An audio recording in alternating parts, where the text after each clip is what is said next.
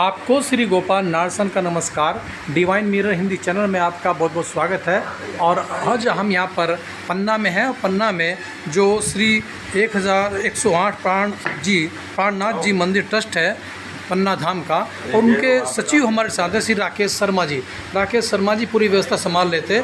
और मैं भी यहाँ पहली बार आया हूँ पन्ना में। और पन्ना में जो ये शरद पूर्णिमा पर जो एक तरह से उत्सव होता है, महोत्सव होता है, और इसकी बड़ी महत्व है। और देश विदेश से लोग यहाँ पर आते हैं। हालांकि कनेक्टिविटी बहुत कम है यहाँ पर।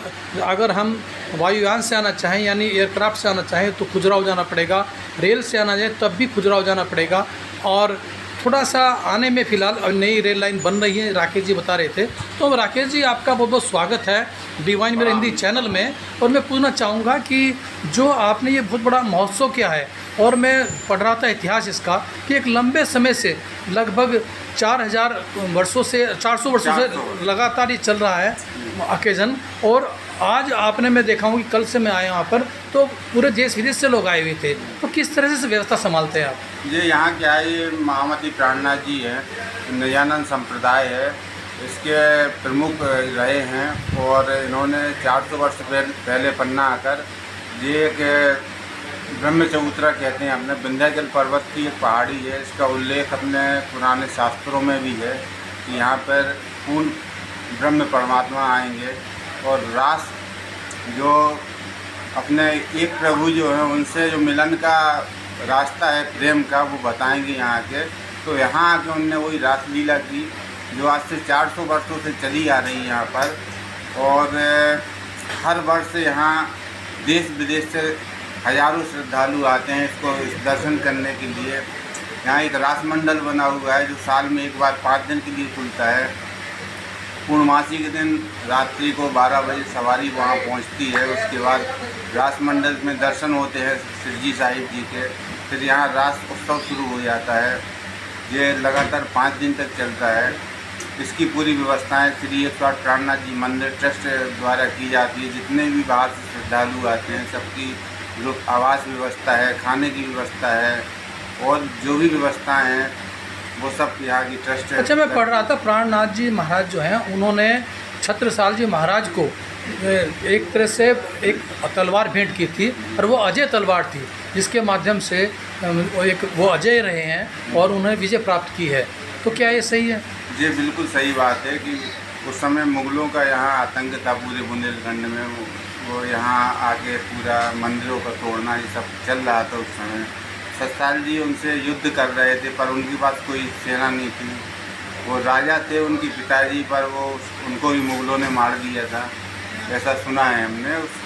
तो वो महाराज प्राणनाथ जी से मिले, उनके शिष्य बने। जब मुग़लों ने आक्रमण किया तो उनने उनसे मदद के लिए कहा।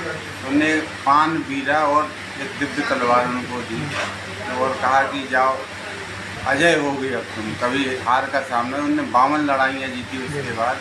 और प्राणनाथ जी ने ही उनको पन्ना जंगल था, टेकरी थी, पहाड़ था, यहाँ पे उनका वो पूरा राज्य बनवाया, राज तिलक किया उनका और यहाँ को राजा घोषित किया उनको पन्ना का। अच्छा, एक अंतिम सवाल कि यहाँ हीरो की खान कही जाती है। हाँ। तो क्या कभी कोई हीरा मिला है? यहाँ हीरे बहुत मिलते हैं। वो करोड़ों रुपए की सबसे अच्छा हीरा पन्ना ही का माना जाता है जो विश्व में मिलता है। यहाँ का जो पानी होता है बहुत ही अच्छी क्वालिटी का होता है। वो ऐसा भी कहा बताया गया है कि प्राणनाथ जी ने सतसाल जी को वरदान भी दिया था कि छत्ता तेरे राज में धक धक धरती हो, जित जित घोड़ा मुख करे चित्ती धीरा हो। क्योंकि उस समय धन अभाव था सतसाल जी को लड़ाई लड़ने के लिए, सेना एकत्रित करने के लिए। इसके लिए उन्होंने इस प्रकार का उन्हें वरदान। यानी हम कह सकते हैं कि ये धन और अध्यात्म दोनों का मिला जो संगम है पन्ना। बिल्कुल बिल्कुल। धन्यवाद, बहुत बहुत धन्यवाद। हाँ। आपको श्री गोपाल नारसन का नमस्कार। डिवाइन मिरर हिंदी चैनल में आपका बहुत बहुत स्वागत है। आइए जान लेते हैं आज की कुछ खास चर्चित खबरें।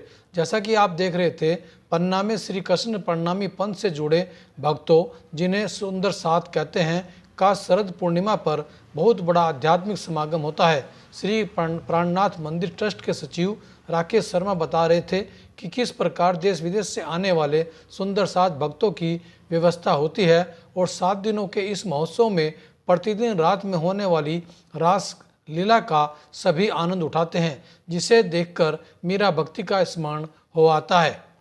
देहरादून में करवा चौथ से एक दिन पहले उधम सिंह नगर में तैनात ग्राम विकास अधिकारी विनोद गिरी गोस्वामी ने आंगनबाड़ी सुपरवाइजर अपनी पत्नी हेमप्रभा का गला दबाकर उनकी हत्या करने की कोशिश की।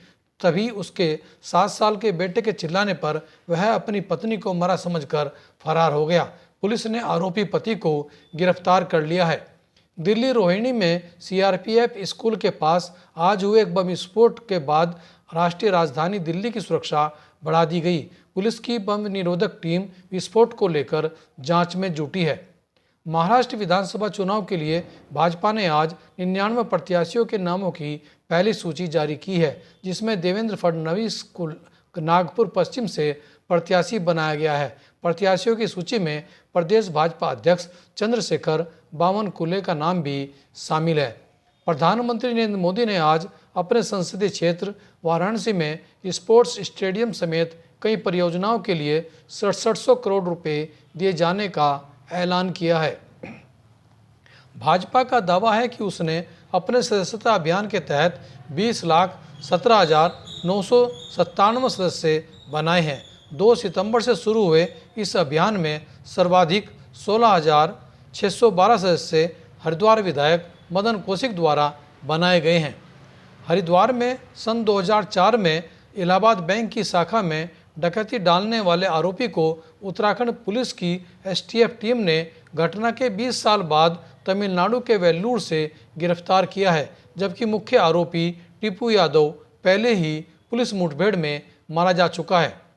टिहरी जिले के क्षेत्र में गुलदार के आतंक के चलते स्कूलों को 3 दिन से बंद किया हुआ है। गुलदार के हमले का शिकार हुई 13 साल की बच्ची की मौत के बाद भी गुलदार हाथ नहीं आ रहा है, जबकि शिकारी उसकी तलाश में जुटे हुए हैं। इसी कारण क्षेत्र में दहशत है और लोग स्वयं और अपने बच्चों को भी घर से बाहर नहीं निकाल रहे हैं।